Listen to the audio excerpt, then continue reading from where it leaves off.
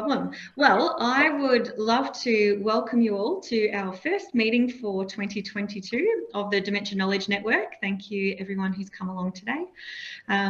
So I guess I'll just briefly introduce Sarah and I. So Sarah Yates is the CEO of Caledonia Dementia Care, and my name's Elizabeth Baxter. My role is Dementia Services Specialist for VMCH.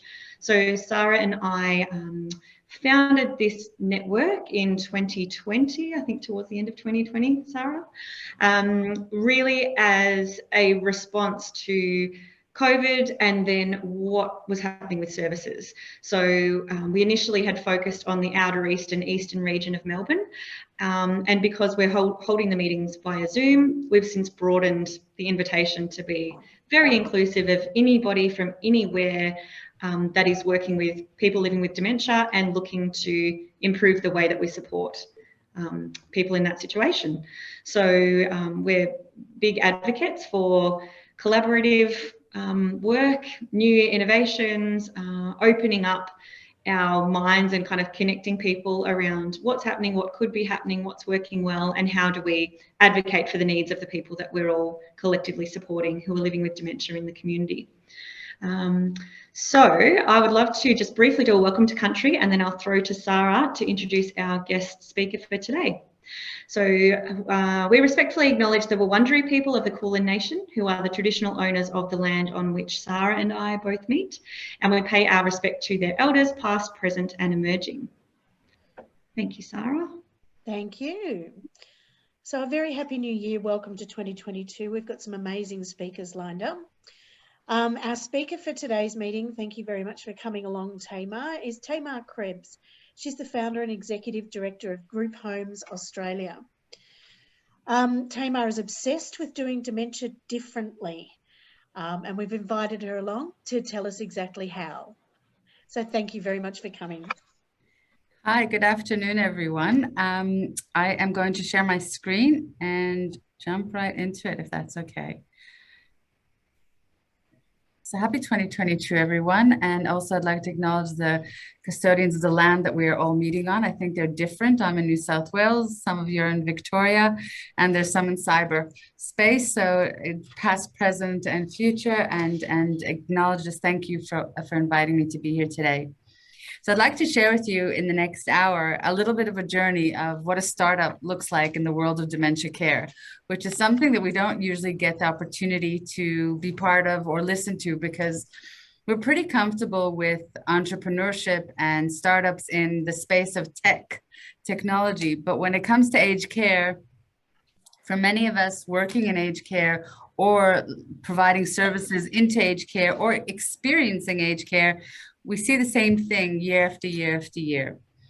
So I'll start with a little bit of my story, and hopefully the presentation will work, which, there we go. I'm going to go back.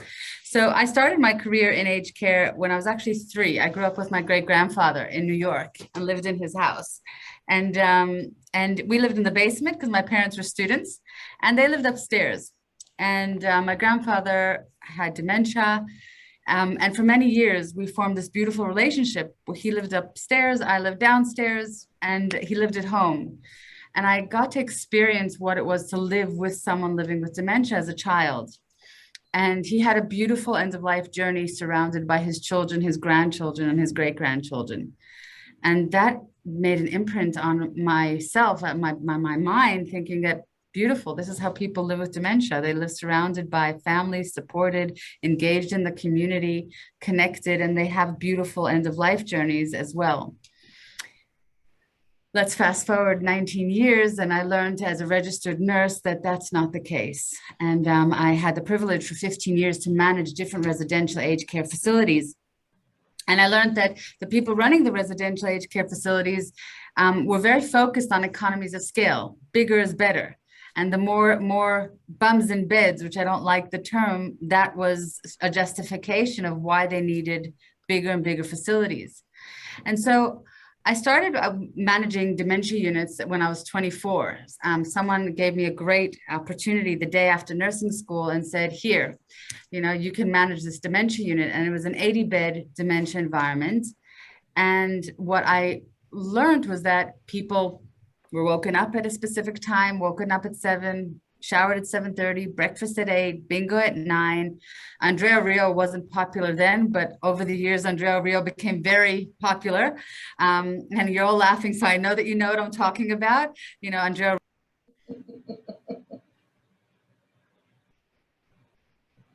Yes. And so I started realizing that there was this pattern of people living in these environments where it felt more like a human warehouse than it did feel of a home. And when I started looking at different environments and saying, okay, so people are living longer, over 60% of people living in residential aged care live with a diagnosis of dementia. And if we probably looked a little bit further, we would probably see that maybe more have dementia. And we know that many people are living in the community. We pride ourselves by saying that we're living longer, which is fantastic, but we also know that as people live longer, the risk of getting dementia gets higher. It's not a natural part of aging, but it is a risk factor. And so I started looking at models around the world of what models are out there, and the jargon of person-centered care, relationship-based care, all these really nice terms that we all say. But when you look at the environment, it didn't feel like that. In home care, it was very task focused because you have a carer for 3 hours and they come and they're there to shower you, feed you, clean, and it's very much a task. And in residential aged care, if you have 30 or 40 or 50 or sometimes 100 residents, then you have your shower list and you have your toileting list and you have your feeding list. And all of a sudden people become tasks. And it didn't sit right with me. And I started feeling like they were lacked integrity by saying person-centered care. And I started asking a lot of questions that, first of all, my first question was, could I live in this environment? Could I wake up and go to sleep for the last 2-3 years of my life in an environment that feels like a human warehouse? Could I stay and have the majority of my day in what I would call a human parking lot, where people sit there and there's something happening on the TV and there's a radio and there's call bells and there's trolleys, and it's an overstimulating environment where we know for people with dementia, that isn't necessarily a conducive thing for them. When I started looking at why do we take people at the most vulnerable stage of their life and why do we separate them from their communities, their coffee shops, the familiarity of their community, whether it be their churches, their mosques, their temples, whatever it is that gives them purpose. And why do we also do activities, which is more like entertainment, rather than doing things that are meaningful and purposeful to them? So I had a lot of questions, but I didn't have any answers. And so I answered my question by, if I couldn't live in this environment, then what would the environment look like? And I started looking at models around the world. And I was at the point where I was having my 4th child and I was finishing my master's and I was working full-time in a dementia unit, which was beautiful. It was state-of-the-art, person-centered, hotel-like.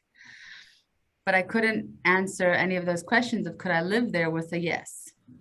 And so I looked at different models, and you would be familiar with the Hogvey model, the village model, which is very popular in the Netherlands. I looked at the model of English Rose Suites and the Greenhouse Project, the Eden Alternative in the USA. I looked at models in the UK and Japan. And I started looking at the disability model as well and said, well, if a child with a disability can live in the community for 30, 40 years, in aged care, most people live in a residential aged care environment for 24 to 36 months. That's the average length of stay at the moment. So why is it okay for someone with a severe disability to live in the community, but it's not okay for someone who has a different ability or a different vulnerability? Why do we disconnect them from the things that are familiar to them? So again, didn't have good answers, but this is where the questions. And I looked at the different models and I thought, well, what could we do better? And so the research shows that people thrive in a home environment. And it doesn't necessarily have to be their home, because often you'll have someone living with dementia living at home at the later stages saying that they want to go home, even though they're in their own home. And so home is a concept of feeling safe, feeling familiar. So I started looking at what if we took a home that looks, feels, and smells like a real home and doesn't have institutional routines. where residents can get involved in everything that they do in the home. So cooking, baking, gardening, shopping, going into the community, all the different things that people are used to doing in their own home that they would be empowered to be able to do in the group home. What if the staff weren't called carers, nurses, support workers, or anything that had to do with clinical, but what if we created a social model where the people working in the home would be called homemakers?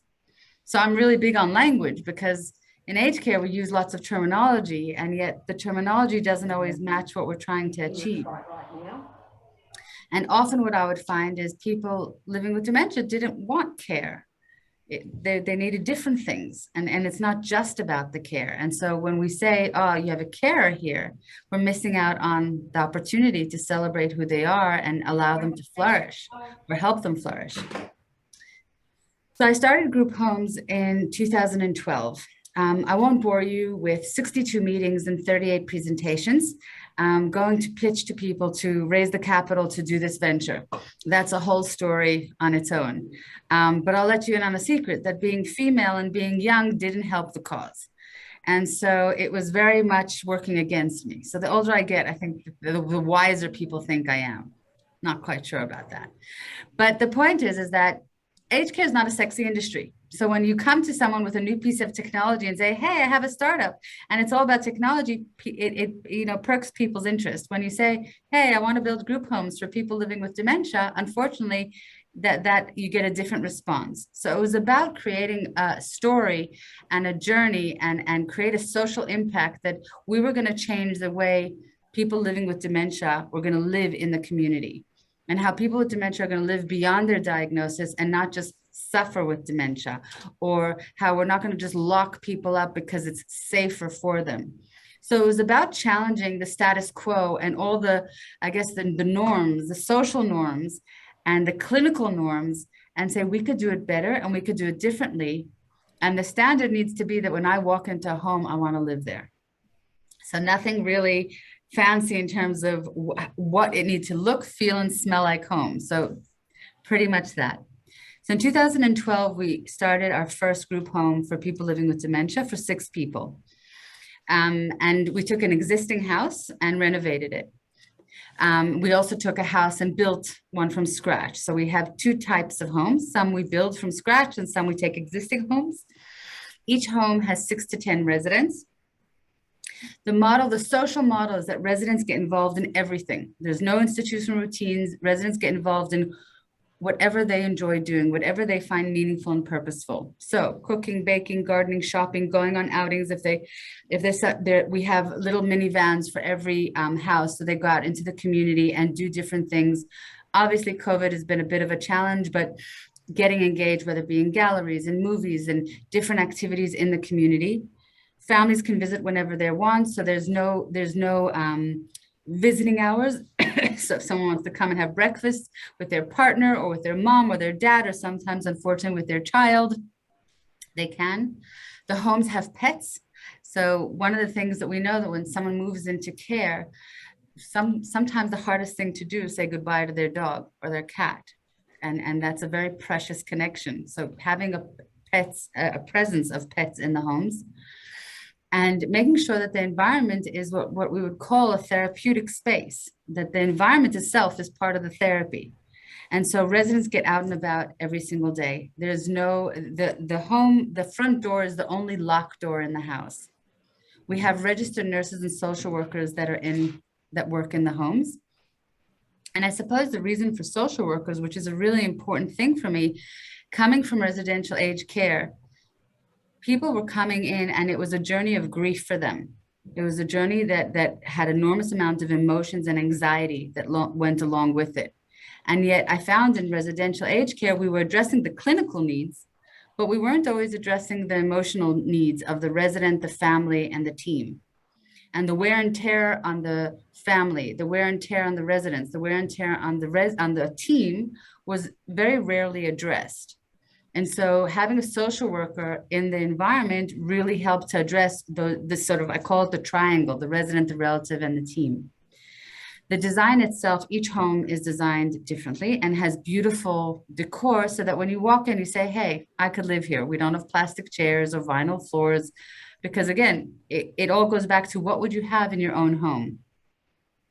Residents get involved in the cooking and the baking. Now, can they cook a full meal? The answer is no, but can they chop? Can they peel? Can they mix?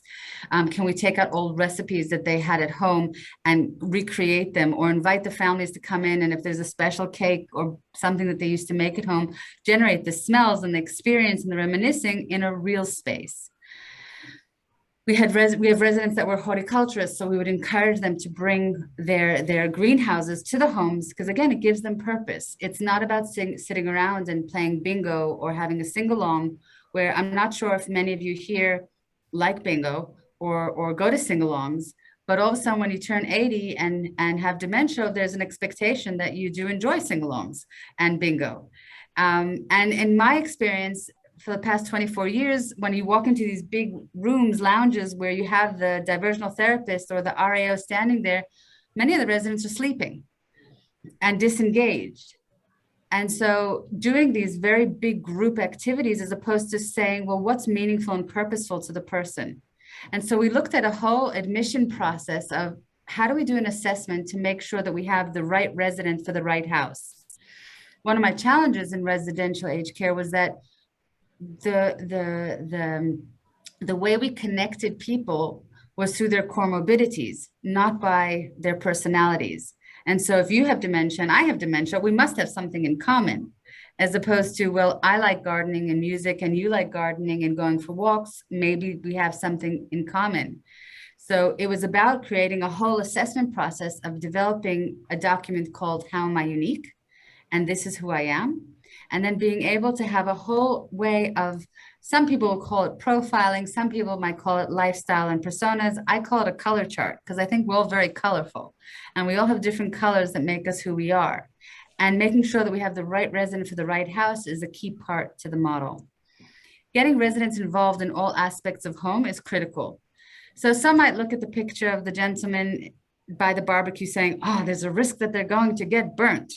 And that's usually one of the first things people talk to me about: risk. Life's risky. Locking people up in dementia units is risky. We know that it doesn't always yield the best outcomes when people are locked up. And so it's about not eliminating the risk, but mitigating it and saying, if someone stood by the barbecue for the last 80 years, you know what? They probably know how to do it. And if I put a homemaker next to them, and that's what we call our staff, our homemakers, because they're there to make a home, they can prompt and cue and encourage someone to be involved in the activity.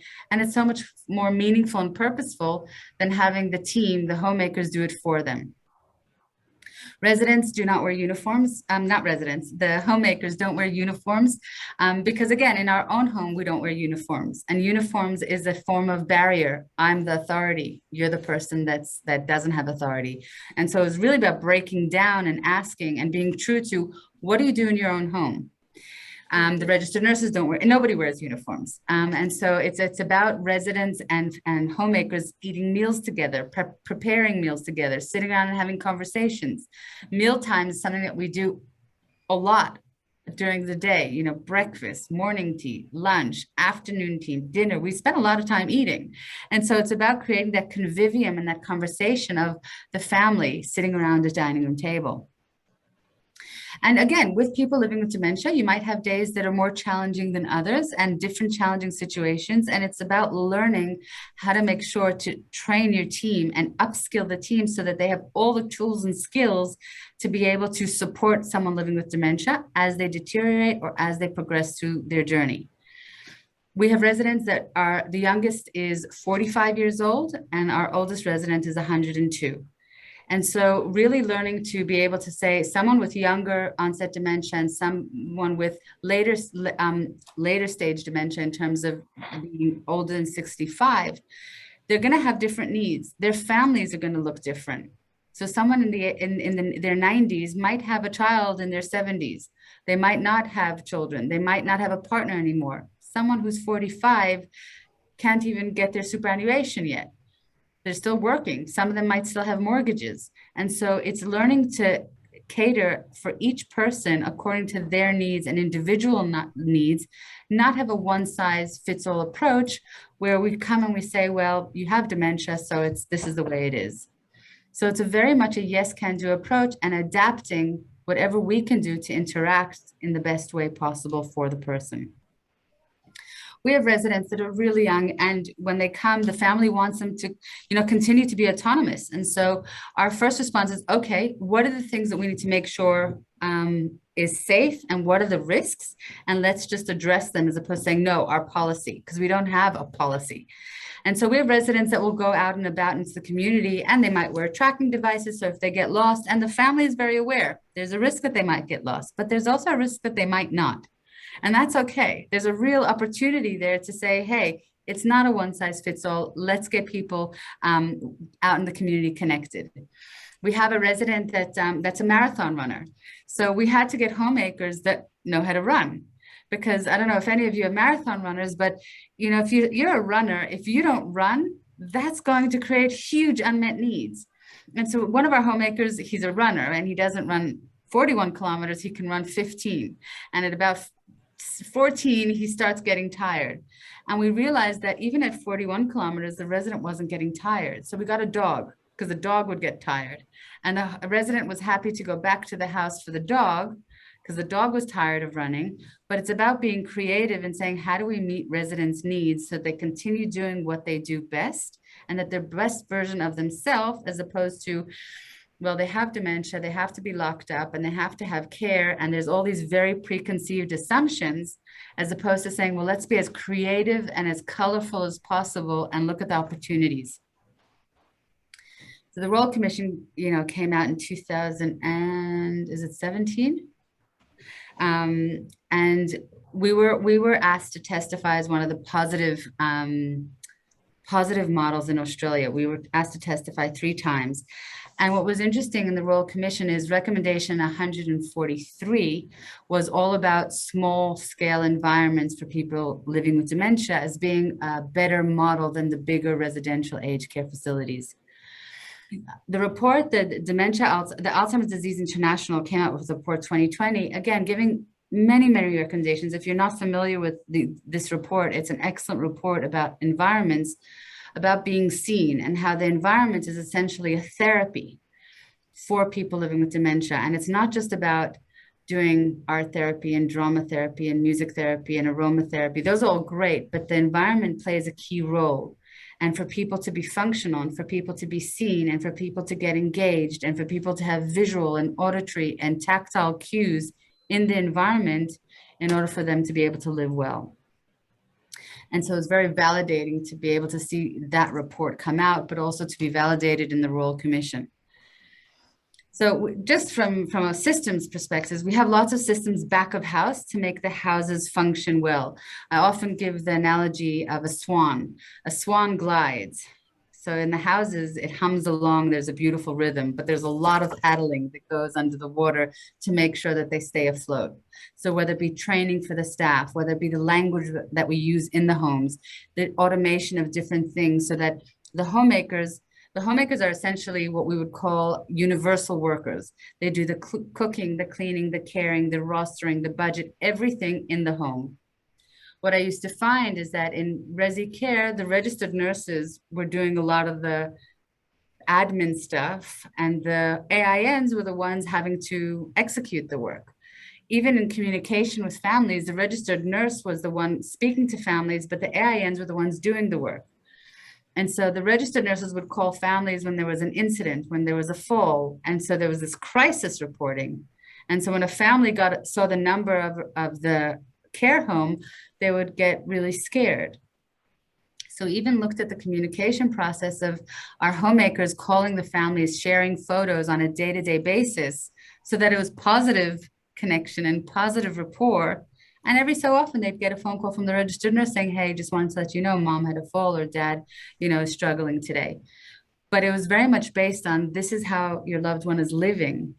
And then there's also the other communication. So it's about upskilling the homemakers and empowering them to be able to really deliver what we promise.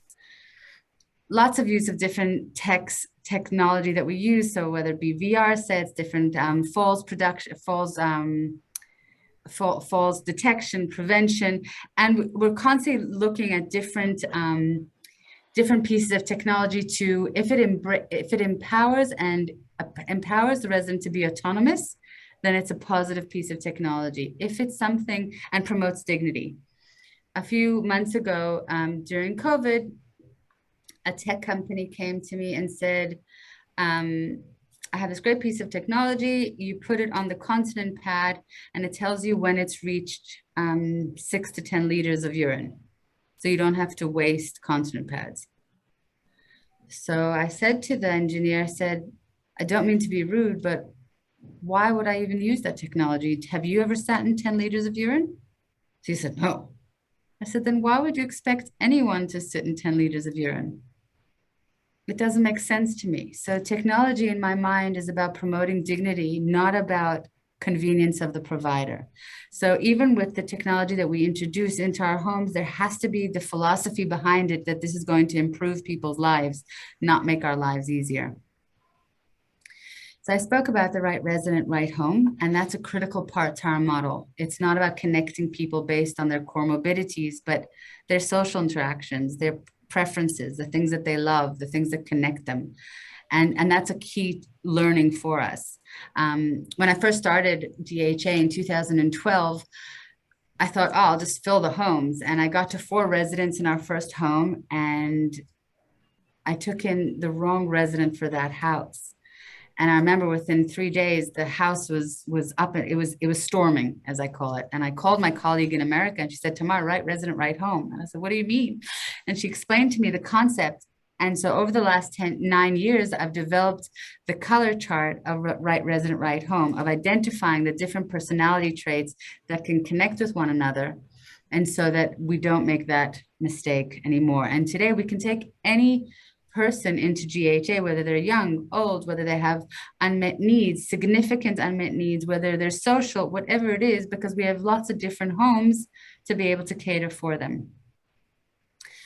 When it comes to our staffing, we focus on training. So it's about taking in homemakers, training them. They become supervisor assistants, they become supervisors, and then neighborhood managers. We have a whole mentoring system so that, again, they're training each other. And so they understand the philosophy of care. They understand what we're trying to do. This model doesn't work unless there's really, really good training. And when I talk about training, it's not training on infection control, manual handling. Those are boring. And those are not interesting. It's about, how do I help people flourish living with dementia? How do we engage someone with dementia? The physical environment. How do we do things that are meaningful and purposeful? How do we give visual cues, auditory cues, tactile cues? What's nonverbal communication look like? So it's a lot more in detail around dementia, not about infection. I mean, we also do infection control and elder abuse because all of that's mandatory, but that's not what we pride ourselves in. So I'm happy to open up to any questions, any concerns, challenges. If I forgot to mention anything, happy to open it up. Well, that was a wonderful presentation, and I'm really interested to know a couple of things. Are these group homes in Australia? Yes, so these group homes, I didn't mention that. So we have 24 group homes. 2012, we opened our first one in New South Wales. And we currently have 24 group homes in New South Wales. None in Victoria? Not yet. And I say yet because that is on the map for us. And how would these be funded? Is it the same aged care going through the referral process to MAC and the ACAS and all of that? And what kind of fees would we be looking at for someone to go into one of these group homes? So Maria, you haven't disappointed, because that's always my first question. Whenever I'm at conferences, doesn't matter if it's international or local, my first question is about funding. So thank you for being my funding person. So there's a few ways to fund GHA. And I guess when I started, it was about trying to compare apples with apples in terms of people are selling their homes to move into care. So are they comfortable to sell their homes to move into care? How long are people living in care environments? So like I said, average is 24 to 36 months. And I think it's moved down now to 18 months. I think that's the average length of stay last time I checked. And so there was a few ways. One, they can use their home care package. They don't need an ACAT to come in. They can either self-fund, they can use a home care package. So then they have had an ACAT at home and they've already started their home care package. If they're an NDIS provider, if they're NDIS residents, so we are a sole provider, NDIS will fund probably about 85%, and then there's a small co-payment. The home care package funds usually about a third of their stay, and then they have to self-fund. And so again, if we look at someone selling their home, it's a question for the person making the decision for them in terms of, do they want to use that funding to fund their stay with us? And in terms of comparing it, it's probably comparable with your extra service in residential aged care facilities. People do not have to put a lump sum down when they come in. People can come in for respite. So we have a 3-week respite, and they can come in as many times as they want. And so there's lots of different options that are similar to moving into residential aged care, but not necessarily the same structure in terms of having to put a RAD, et cetera, et cetera. So can a pensioner, just someone that's on the full age pension, afford something like this? So we have residents, again, they use their asset. They're on the full pension, but they own their asset. So someone who doesn't have an asset and only has pension couldn't afford to come in, but someone that owns their home and is on the full pension can afford to come in. Okay. Are there plans for you to expand in Victoria? Yes. That's exciting. Whereabouts in Victoria? We'll probably start in Melbourne. That's probably sort of where we'll start and then branch out. What we find is it's important to connect with a neighborhood and build 3 or 4 in a neighborhood. So we create a bit of a GHA neighborhood, so that when we have barbecues, you know, we invite the different houses over. And then also the clinical supervision, the social work supervision works when we have a neighborhood. So it's maybe 3 or 4 houses in what we would call, I don't want to use the word cluster because COVID has ruined that word. But neighborhood, I like the word neighbor, or community. Okay. It's exciting. Yeah. How can I just ask, how do you deal? Sorry, I don't want to be monopolising the question. No, go for it. Go for How it. do you deal with people that are sort of displaying real behavioural issues, which So are often associated with dementias? Yeah, absolutely. So we refer to people, behaviors, BPSDs, whatever you want to call it, we call them unmet needs. I'm a firm believer that we often will trigger unmet needs in people living with dementia. So if somebody doesn't go out and about and doesn't get exercise, they're going to exit seek. If someone has, if their pain is not addressed, or they're not stimulated, or if they're overstimulated or understimulated, they're going to have unmet needs. And so really looking at what's purposeful and meaningful to the person, looking at the environment, looking at their stimulation, looking at the exercise, the meals that they're getting, we see a huge, not elimination, but a minimization of those unmet needs. And when people display those unmet needs, and so it's about the training of how we get residents and the homemakers to interact with one another and moving into quiet spaces. It's not a big environment, so it's much smaller that we can have those quiet spaces. And so we see less of those severe unmet needs. Like I said, this gentleman that runs 41Ks, he essentially came from a residential aged care facility because the phone call was on a Friday afternoon from a Dawn, and she said to me, "We're kicking him out." I said, "But doesn't he have security of tenure?" So she's like, "Yep, he does, but I don't care." I said, "Well, how does that work?" She says, "Well, he keeps running away, and in the afternoon he starts throwing furniture and he starts becoming aggressive and really sort of physical aggression and verbal agitation." So I said, well, hello. So I said, well, what does he do all day? So she said, well, he's a marathon runner. I said, okay. And he was a tradesman. I said, okay. So he wakes up says 4 o'clock in the morning, he's up and he's on the go. I said, okay. And what do you do with him all day? She says, well, we have Andrea Rio on the TV. He plays bingo at 9, but by 1 o'clock, he starts throwing furniture. I'm like, Has he ever watched Andrea Rio before? No. Has he ever played bingo before? No. This sounds like a really physical, strong man. What level of exertion are you doing throughout the day? And she says, well, nothing. I said, and there lies the opportunity. So it's about looking at the person's life story. We have this concept called the 7-piece puzzle, where we have different elements where we train the team. And it's the resident, the life story, the brain changes, the homemaker, the cherished moments, purposeful, meaningful engagement, and I'm going blank, environment. And so we talk about the 7-piece puzzle, and each piece of the puzzle has different elements that we have to be looking at to become curious, to understand who this person is. Unfortunately, when someone comes into Resi Care, we look at, okay, well, now's the activity of this, so they have to do it. And so I think often what happens is that the behaviors evolve because there's an unmet need that we're not meeting. And if we become curious, we can meet their needs a lot better. Hope that answers your question. Yeah, mostly, but there are some behaviours like, you know, paranoia and that.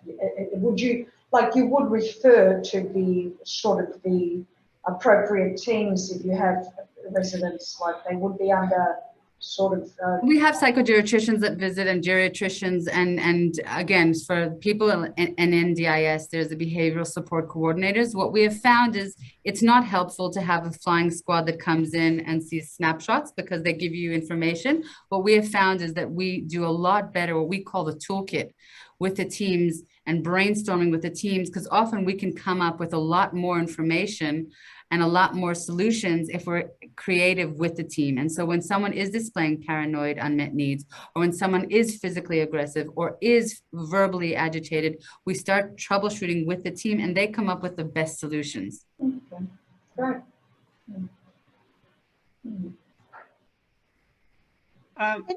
So Mark, can I ask a quick question? So just following up from what Maria mentioned before and everything you said, sounds like obviously you guys have a great process in place, but the thing that really came through is the team.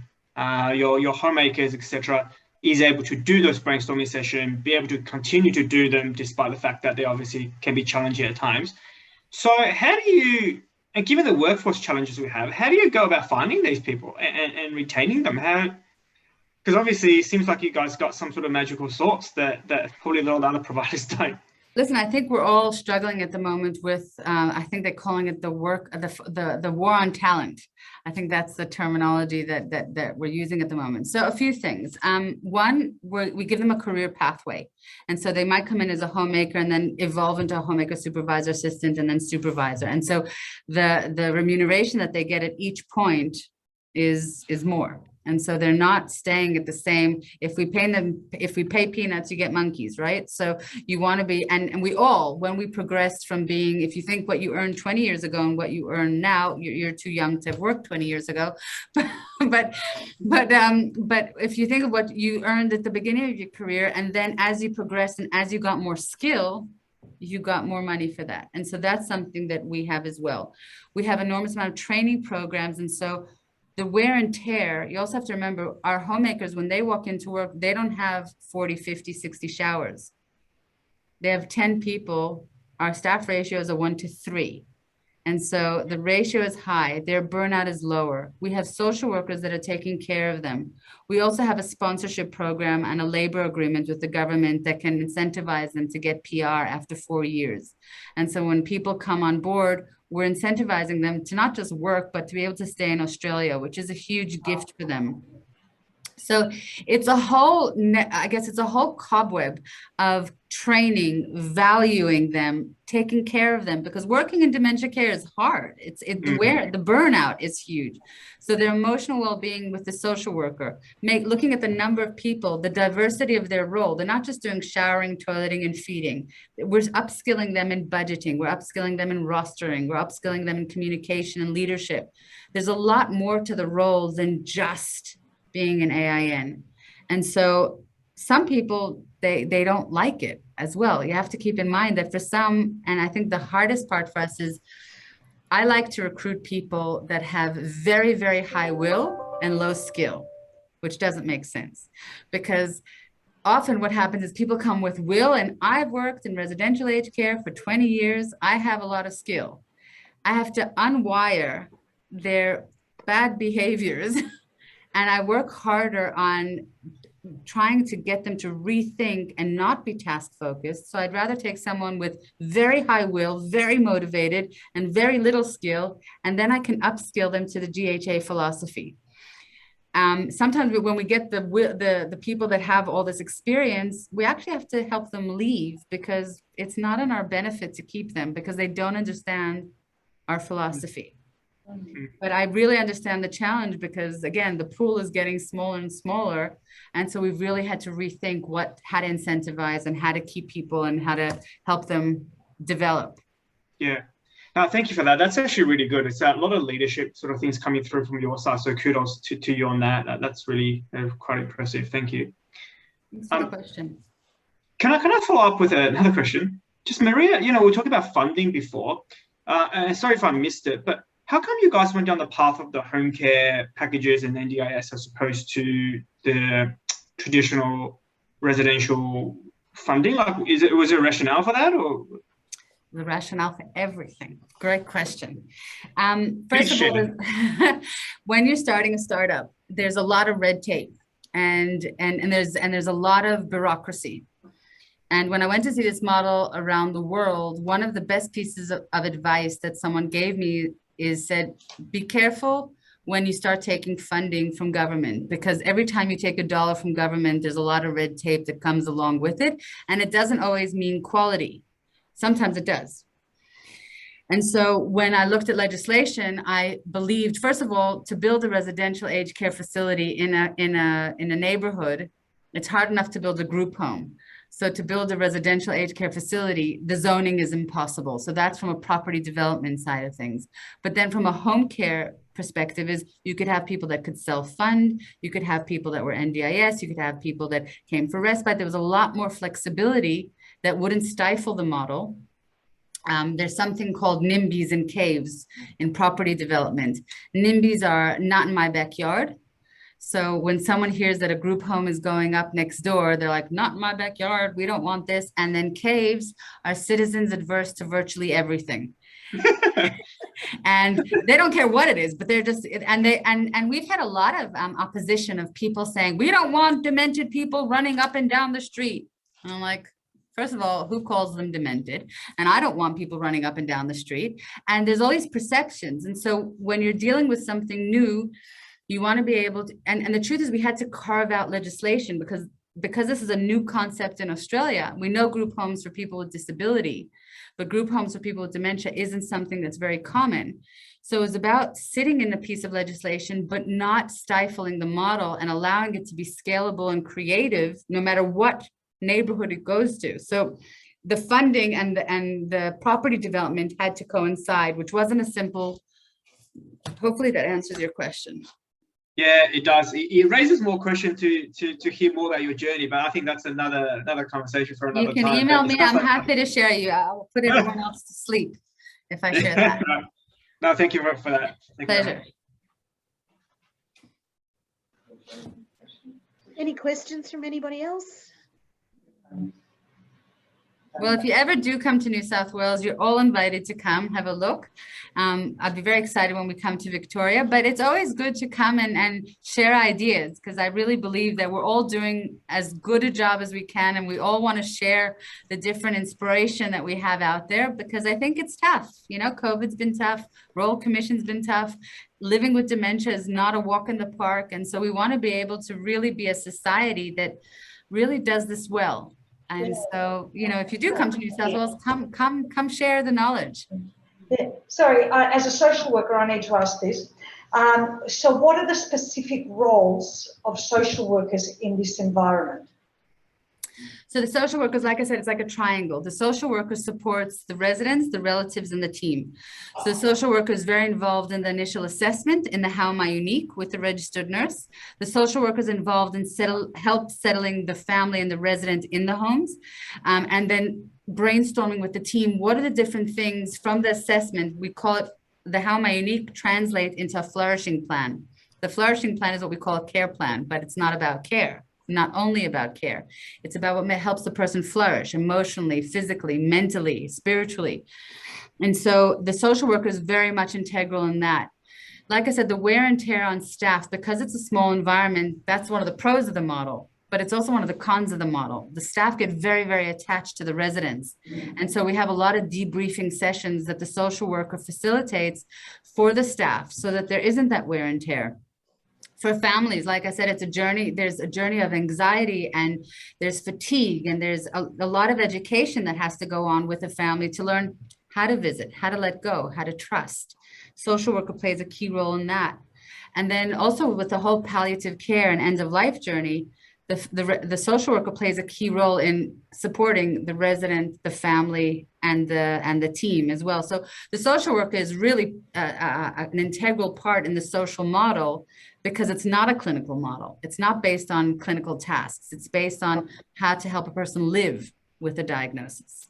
And do you have capacity as these people deteriorate and they require full nursing care and they're bedbound? Do you have capacity to look after them in that environment, or do they then need to move out into kind of the more traditional residential care? No, they stay with us all the way till end of life.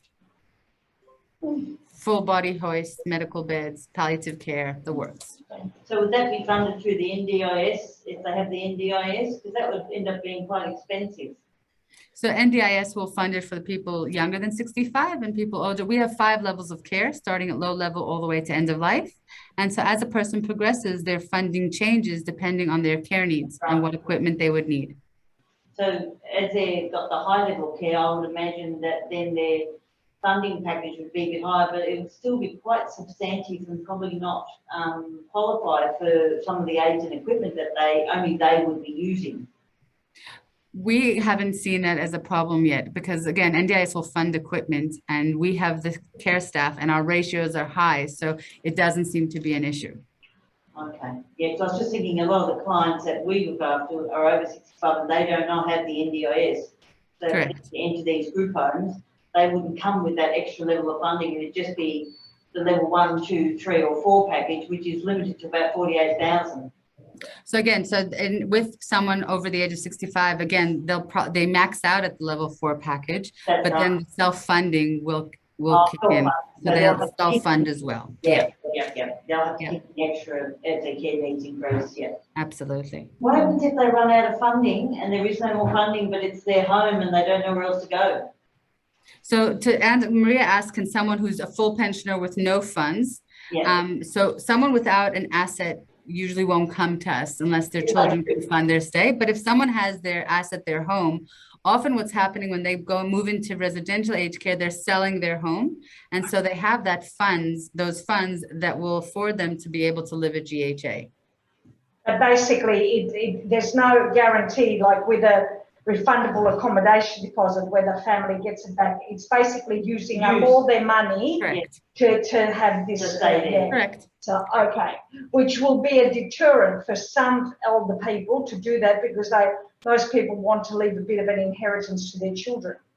Again, if we look at people who are making the decisions for their parents when they come into care, it's usually the children. Those are the ones making the decision for their mom or their dad if there isn't a partner. We don't have ever someone saying, you know what, I need care, I'm ready to come in. It hasn't happened in my 25 years of care when someone lives with dementia. So the children then need to decide, do they want to hold on to that inheritance or do they want to be able to spend it? And like I said, we're talking about the average length of stay of 24 months. They have more funds than that 24-month length of stay. So even if they use up part of their inheritance, they still have a fair amount left. But it does become a personal discussion without judgment to the family of how they want to spend their family funds. And we find that even if they have the funds, it's still, some families don't want to spend it. So your figures you just quoted then about someone dying within 2 years of entering the group home environment, that's very on par with high-level residential care numbers. Correct. And like I said, it's not different. I thought it might be longer because of the quality of life, perhaps, or the interests and the enjoyment of life might be enhanced, and it might be a little bit longer, but you're perhaps suggesting not. So what's interesting, it's a great question. What we noticed is their length of time that they become bedridden is shorter. Okay.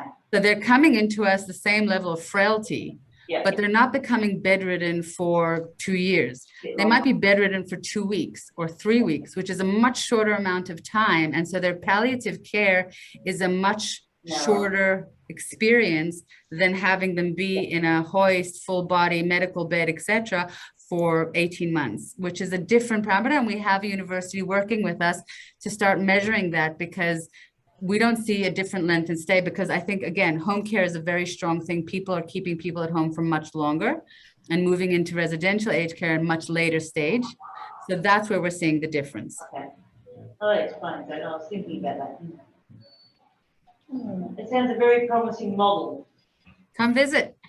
Do you have a paper or something that you're sort of basing this philosophy on, the group homes philosophy on? Is there a paper that you've developed or written or anything like that that we can have a read of? It's in the 6 inches between my ears. Okay. One day, working on it. Okay.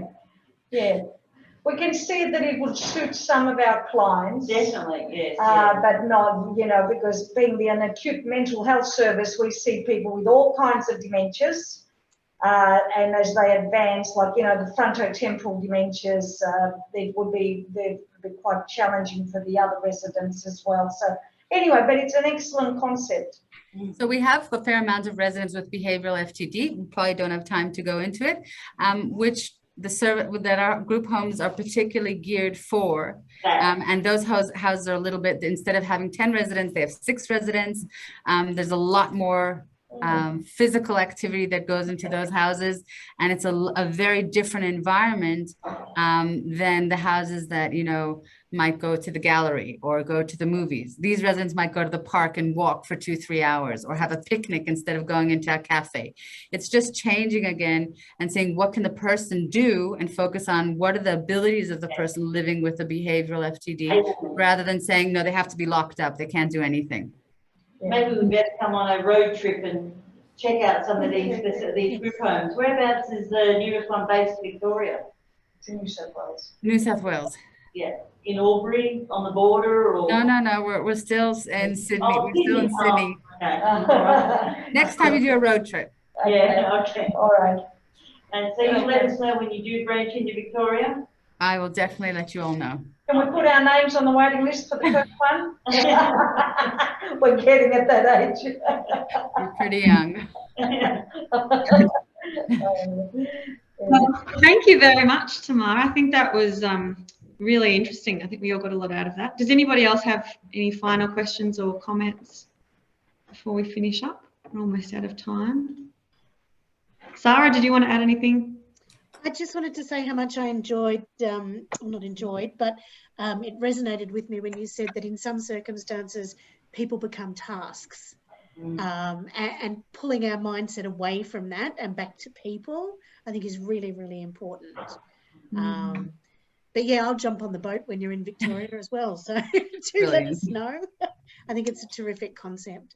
I really appreciate you coming along this afternoon. Yeah. Thanks so much for having me, everyone, and have a great rest of the week.